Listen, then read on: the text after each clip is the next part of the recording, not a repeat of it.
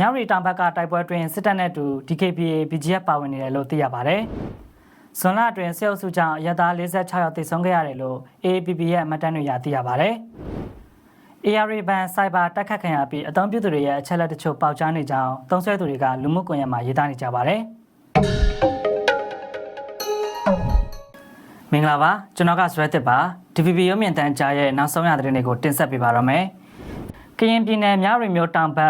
ဝေါ်လီလမ်းပိုင်းနဲ့တပ်စခန်းတွေကိုပြန်လည်ရယူဖို့ဆရာနာရှင်တပ်ဘက်ကတိုးတက်သောဗုဒ္ဓဘာသာကရင်မျိုးသားတပ်မတော် DKBA ဗိုလ်ပြီးအဖွဲ့နယ်ခြားစောင့်တပ် BGF တွေပါဝင်နေတယ်လို့ဇွန်လ26ရက်နေ့မနက်ပိုင်းကမြေပြင်စစ်ရေးသတင်းရင်းမြစ်ကပြောပါတယ်။စစ်တပ်ကတာလွန်အင်အားနဲ့လက်နက်ကြီး drone ပစ်ကူရယူပြီးဗပောင်းဆောင်ကနေစစ်ကြောင်းထိုးနေတာကြောင့်ဖလူးကျွရနဲ့မင်းလက်ပံကျွရအနီးမှာ KNL ပူးပေါင်းစစ်ကြောင်းတွေနဲ့တိုက်ပွဲတွေနေတိုင်းဒီပါဖြစ်ပွားနေပါတယ်။မြေပြင်မှာလည်းအဲ့ဒီလိုပဲဖြစ်နေပြီးသတင်းထွက်တာမကြသေးဘူးလို့မြေပြင်စစ်ရေးသတင်းရင်းမြစ်ကပြောပါတယ်။ဒါအပြင်အာနာရှင်တပ်နဲ့အတူ DKBA ဗိုလ်ပြီးဦးဆောင်တဲ့ဗုဒ္ဓဘာသာကရင်မျိုးသားတပ်မတော်အပြင် DKBA ဘက်ကထုတ်ပယ်ခံထားတဲ့နိုင်လွင်ဦးဆောင်တဲ့အဖွဲ့နဲ့ BGF ဗိုလ်မုတ်တုံအဖွဲ့ကချင်းလုံဦးဆောင်တဲ့တပ်ဖွဲ့တွေပါဝင်တယ်လို့ပြောပါတယ်။ပြီးခဲ့တဲ့အောက်တိုဘာလ25ရက်နေ့ကစပြီးဆရာနာရှင်တပ်စစ်ကြောင်းတွေဟာဝေဟင်နဲ့မြေပြင်ကိုပစ်ကူရယူပြီးဖလူးမင်းလက်ပံကျွရကိုထိုးဖောက်စ조사နေတာ8လကျော်ကြာမြင့်နေပြီလို့သိရပါတယ်ခင်ဗျာ။နိုင်ငံရေးကျင်းသားများကုညီဆောက်ရှောက်ရေးအသင်း AAPP ရဲ့ကောက်ယူထားတဲ့အချက်လက်တွေအရဇွန်လ1ရက်နေ့ကနေ25ရက်နေ့ထိနိုင်ငံတော်ဝန်မှာအကြမ်းဖက်စစ်အုပ်စုကြောင့်ကလေး၄ယောက်အပါအဝင်စုစုပေါင်းအရပ်သား46ယောက်သေဆုံးခဲ့တယ်လို့သိရပါတယ်။သေဆုံးသူတွေထဲမှာရခိုင်ပြည်နယ်က12ယောက်နဲ့အများဆုံးဖြစ်ပြီးစကိုင်းတိုင်းက10ယောက်နဲ့ဒုတိယအများဆုံးဖြစ်ပါတယ်။အဲ့ဒီတဲကအယောက်30ကတော့စစ်အုပ်စုရဲ့လေကြောင်းတိုက်ခိုက်မှုတွေကြောင့်အဓိကသေဆုံးခဲ့ရတာပါ။ပြီးခဲ့တဲ့ဇွန်လ22ရက်နေ့နေ့လယ်ပိုင်းကလည်းစကိုင်းတိုင်းတမူးမြို့နယ်ကနန်ကျေးရွာကိုအကြမ်းဖက်စစ်အုပ်စုကဂျက်ဖိုက်တာနဲ့ဘုံကျဲတိုက်ခိုက်ခဲ့တဲ့အတွက်ရွာတွေကိုဘုံကျရောက်ပောက်ကွဲခဲ့ပြီးဒေသခံလားပြန်မောရဆိုသူဘုံစားထိမှန်သေဆုံးခဲ့တယ်လို့ထုတ်ပြန်ချက်မှတ်တမ်းတွေမှာဖော်ပြထားပါတယ်ခင်ဗျာပြည်တွင်းပုဂ္ဂလိကဘဏ်တစ်ခုဖြစ်တဲ့ ARA ဘဏ်ရဲ့ဘဏ်စနစ်စိုက်ဘာတိုက်ခိုက်ခံရပြီးအသုံးပြုသူတွေရဲ့အချက်လက်တွေပေါက်ကြားခဲ့တယ်လို့အသုံးဆွဲသူတွေကလူမှုကွန်ရက်မှာရေးသားနေကြပါတယ်Lapsus Cyber ရာဇဝတ်ကိုင်းက ARA ဘဏ်ရဲ့စနစ်တွေကိုဖောက်ထွင်းပြီးအချက်လက်တွေရယူထားကြောင်းနဲ့ဘဏ်ဘက်ကတတ်မှတ်ရက်တွေမညီနိုင်ရင်ဇွန်လ10ရက်နေ့ကစပြီးအချက်လက်တွေကိုမှောင်ခိုအင်တာနက် dark web ပေါ်မှာရောင်းချသွားမယ်လို့ချိန်ချောက်ကြေညာထားပါတယ်။ဒီကိစ္စနဲ့ပတ်သက်ပြီး AYN ဘဏ်ဘက်ကတောင်းပန်ထားပြီးလုံခြုံရေးတွေကိုတိုးမြှင့်ထားတယ်လို့ထုတ်ပြန်ထားပါတယ်။အခုတိုက်ခိုက်ခံရတဲ့စနစ်ဟာပင်မစနစ်တွေနဲ့ချိတ်ဆက်ထားတာမရှိတဲ့အတွက်AYN Pay နဲ့ Mobile Banking စနစ်တွေကိုတော့ပုံမှန်တိုင်းဆက်လက်အသုံးပြုနိုင်တယ်လို့ဘဏ်ဘက်ကရှင်းလင်းထားကြောင်းသိရပါတယ်ခင်ဗျ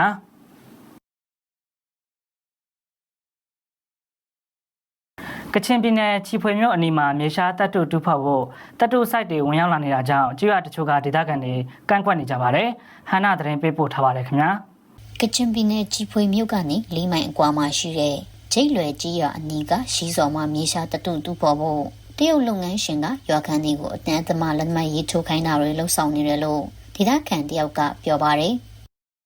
ရွာတွေဘောမတူပင်နဲ့ဒီအတင်းလက်မှတ်လိုက်ထိုးခိုင်းနေတဲ့တဘောပေါ့နော်ဒီစိတ်တွေရွာနီးမှာလည်းလို့မြရှာတူဖို့ပေါ့နော်။တဘောမတူမှတရုတ်လုပ်ငန်းရှင်တွေကဒီရွာခံတွေရောက်ကိုကြီးစားငါလည်းတဘောလို့အတင်းလက်မှတ်လိုက်ပြီးထိုးခိုင်းနေတယ်ချီဖွေမြို့အနီးပတ်ဝန်းကျင်မှာမြေရှားတပ်တုတူဖော်ဖို့လှုပ်ဆောင်လာတဲ့လုပ်ငန်းတွေနဲ့ပတ်သက်ပြီးဒေသခံတွေကန့်ကွက်တဲ့နေရာတွေမှာတပ်တုတူဖော်ခွင့်မပြုတဲ့အတွက်အခုလိုဒေသခံတွေကိုအတင်းအဓမ္မလက်မှတ်ထုတ်ခိုင်းနေတာဖြစ်တယ်လို့ဆိုပါတယ်။ကျိတ်လွယ်ကြီးရွာကနေနမိုင်းအကွာမှာရှိတဲ့ဒေသခံတွေစစ်ဆောင်ပြောင်းရွှေ့သွားကြပြီးဖြစ်တဲ့ရှီးစော်ရွာဟောင်းကိုပြီးခဲ့တဲ့2လလောက်ကစပြီးရွာခံတွေစီကနေထောက်ခံမှုလက်မှတ်တွေရယူဖို့အတင်းအဓမ္မလှုပ်ဆောင်ခိုင်းနေပြီးတပ်တုတူဖော်ဖို့ပြင်ဆင်နေတယ်လို့သိရပါတယ်။ကျိတ်လွယ်ကြီးရွာဟာနေရပြန်လဲထူထောင်နေစေအင်ချီ30ကျော်တာရှိတဲ့ကြီးရွာတစ်ခုဖြစ်ပြီးရွာပတ်ဝန်းကျင်မှာမြေရှားတပ်ထုတူဖော်ရေးလုပ်ငန်းစိုက်တွေရောက်ရှိလာရင်ကြီးရွာတောက်တုံးရီတွေစိုက်ပျိုးနေရာတွေစကြက်မြေတွေတိခိုက်ဆုံးရှုံးကုန်မှာကိုဒေသခံတွေကစိုးရိမ်နေကြပါတယ်။မြေရှားတပ်ထုစိုက်တွေရောက်လာရင်ဒီ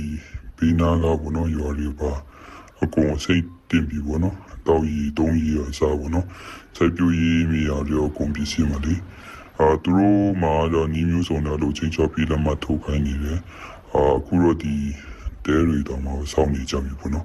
ရောကန်တွေကဒီတော့မတူတော့ ਨੇ ဒီရောကန်တွေ အဲ့လိုတဘောသူရနဲ့လုပ်ငန်းချမယ်ပေါ့အဲ့လိုတဘောနဲ့ ချီဖွေမြို့အနီးပတ်ဝန်းကျင်ကကြေးရွာနေပြည်သူတွေဟာတောင်ကျချောင်းရည်တွေကိုသာအဓိကတောက်တုံးနေကြရဆဲဖြစ်ပြီးစိုက်ပျိုးမွေးမြူရေးကိုပဲအဓိကအားထားနေရဆဲဖြစ်တာကြောင့်မြေရှားတတုစိုက်တွေဝင်ရောက်လာပြီးချောင်းရည်စိုက်ပျိုးမြေနဲ့စကြက်မြေတွေပစ္စည်းမှာကိုစိုးရိမ်နေကြပါတယ်။အဲဒါကြောင့်လူနေထိုင်တဲ့ကြေးရွာပတ်ဝန်းကျင်မှာမြေရှားတတုတူဖော်တာကိုတားမြစ်ပေးဖို့သက်ဆိုင်ရာအာဏာပိုင်ကန်ယိုအစိုးရစီကိုချိတ်လွယ်ဒေသခံတွေကပြီးခဲ့တဲ့ဧပြီလလောက်ကစာနဲ့ရှောက်တင်တောင်းဆိုထားတယ်လို့ဒေသခံတွေကပြောပါတယ်။လက်ရှိချီဖွေမြို့အနီးနဲ့ချိတ်လွယ်ရွာအပြင်တခြားရွာတွေမှာလည်းမြေရှားတတုတူဖော်ရေးလုပ်ငန်းစိုက်တွေဝင်ရောက်လာနေတာတွေရှိသလိုချီဖွေမြို့အနီးရိတ်ပန်းရွာနဘုတ်ရွာတွေမှာလည်းတတုတူဖော်ဖို့ပြင်ဆင်နေတယ်လို့သိရပါတယ်။ချီဖွေခရိုင်မှာမြေရှားတတုတူဖော်ရေးလုပ်ငန်းစိုက်တွေဟာပန်ဝါဒေတာတရုတ်နယ်စပ်နေမြေတလျှောက်ပန်ဝါဒေတာတရုတ်နယ်စပ်နေမြေတကြောမှာအများဆုံးဖြစ်ပြီးချီဖွေမြို့နဲ့အလန်းဝေးတဲ့တောတောင်တွေမှာတူဖော်မှုတွေရှိခဲ့ရကနေချီဖွေမြို့နဲ့နီးကပ်လာနေတာဖြစ်ပါတယ်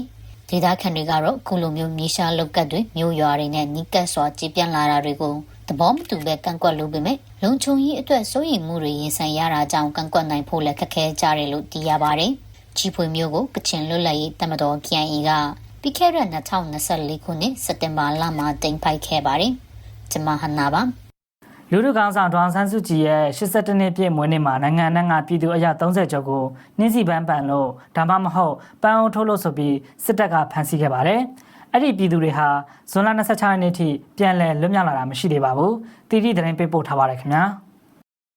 လူထုကောင်ဆောင်ဒေါအောင်ဆန်းစုကြည်ရဲ့82နှစ်ပြည့်မွေးနေ့ဇွန်လ19ရက်နေ့မှာနိုင်ငံနိုင်ငံပြည်သူအယောက်30ကျော်ဖမ်းဆီးခံခဲ့ရတယ်လို့ DPP ကကောက်ယူရရှိထားတဲ့အချက်လက်တွေသိရပါတယ်။စကိုင်းတိုင်းမုံရွာမြို့မှာတော့ဖမ်းဆီးရတွေအများဆုံးလုပ်ခဲ့ပါတယ်။ဇွန်လ18ရက်နေ့ကနေဇွန်လ20ရက်နေ့အထိနှင်းစီပန်းနဲ့နှင်းစီပန်းကိုပန်းအိုးထုတ်ရဲဆိုတဲ့အကြောင်းပြချက်နဲ့မုံရွာမြို့ပေါ်မှာဖမ်းဆီးမှုတွေစက်တိုက်လှုပ်ဆောင်ခဲ့တယ်လို့မြို့ကန်တွေကပြောပါတယ်။ဇွန်လ19ရက်နေ့တနေ့တည်းမှာနှင်းစီပန်းနဲ့ဆိုတဲ့အကြောင်းပြချက်နဲ့မုံရွာမြို့ပေါ်ကအသက်20ကနေအသက်30အရွယ်ဝန်းကျင်အမျိုးသမီး15ယောက်ကိုဖမ်းဆီးခဲ့တယ်လို့ညနေပိုင်းမှာတော့လူငယ်အမျိုးသားအယောက်30ကျော်ကိုလည်းဖမ်းဆီးခဲ့တယ်လို့သိရပါတယ်။ဖမ်းဆီးခံရတဲ့သူတွေကိုတော့မုံရွာမြို့အမှတ်1ရဲစခန်းမှာထိန်းသိမ်းထားပြီးမိသားစုနဲ့တွေ့ဆုံခွင့်မပေးသေးဘူးလို့မုံရွာမြို့ကန်တွေကပြောပါတယ်။မြို့ကန်တွေရဲ့ပြောပြချက်အရတော့မုံရွာမြို့ထဲမှာ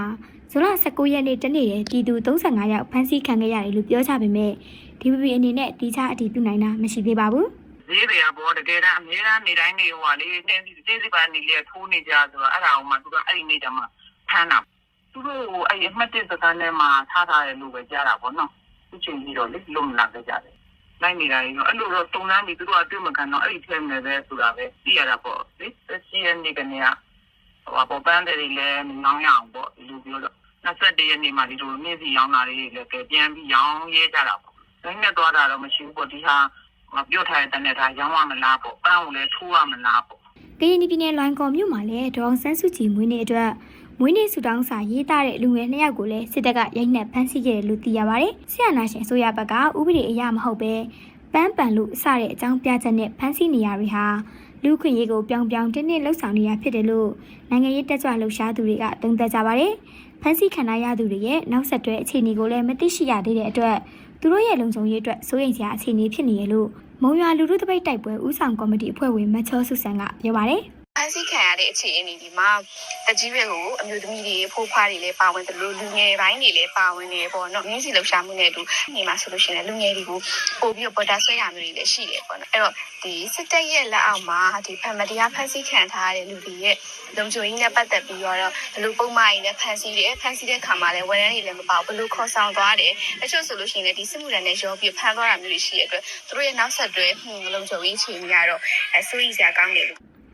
နှင်းစီပန်းနဲ့ဆိုရဲဆွဆွဲချက်နဲ့မန္တလေးမင်္ဂလာတုံနဲ့တောင်ကြီးမြို့တို့မှာအမျိုးသမီး4ယောက်လည်းဖမ်းဆီးခံခဲ့ရပါတယ်။ဖမ်းဆီးခံရသူတွေထဲမှာလူမှုကွန်ရက်မှာရေးသားမှတ်ချက်ပေးတဲ့သူတွေလည်းပါဝင်နေတယ်လို့ဒေသခံတွေကပြောကြပါတယ်။အခုလိုလူသားတွေရဲ့အခြေခံရပိုင်ခွင့်ဖြစ်တဲ့လွတ်လပ်စွာရွေးချယ်ခွင့်ထုတ်ဖော်ပြောဆိုခွင့်တွေကိုစောင့်ကြည့်တာရာဇဝတ်မှုဖြစ်သတ်မှတ်ပြီးဖမ်းဆီးအရေးယူခံနေရတာဟာလူခွင့်ရေးကိုပြင်းပြင်းထန်ထန်ပိတ်ပင်တားဆီးနေရဖြစ်တယ်လို့အတန်အဖွဲ့ကအမှုဆောင်ဒရိုက်တာဆက်ပီကပြောပါတယ်။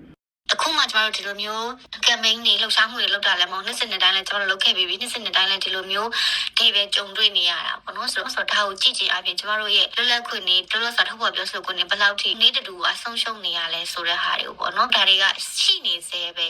ပေါ့နော်မရက်တက်သွားသေးဘူးလို့ပဲပြောရမှာပေါ့နော်အထူးသဖြင့်ဆိုလို့ရှိရင်ဒါပြည်သူတွေကိုဘာမှမပြောရအောင်မရေးရအောင်မဖော်ပြရအောင်ပေါ့နော်ကြောင်းရမှုတွေကိုဖန်တီးထားတဲ့အရာတစ်ခုပေါ့နော်ဒါပြီးရင်နောက်လူဖွဲ့စည်းတစ်ခုလုံးကနေပြီးလွတ်လပ်တဲ့ဒီဆွေးနွေးမှုတွေလှုံ့ဆော်မှုတွေဒါလုံးဝမရှိတော့အောင်ဆိုပြီးတော့ချင်းချောင်းနေတဲ့လုပ်ရတစ်ခုပါပဲ2021ခုနှစ်ဆီယနာသိမ်းပြီးကလေးကဖမ်းဆီးခံလိုက်ရတဲ့လူလူကောင်းဆောင်ဒေါအောင်ဆန်းစုကြည်ရဲ့မွေးနေ့ဖြစ်တဲ့ဇွန်လ19ရက်နေ့ကို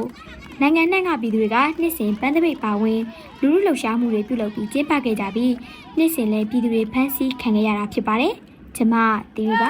TV ရုပ်မြင်သံကြားရဲ့နောက်ဆုံးရတဲ့သတင်းတွေကိုရှုစားခဲ့ရတာပါကျွန်တော်ကတော့ဆွဲသစ်ပါကျေးဇူးတင်ပါတယ်ခင်ဗျာ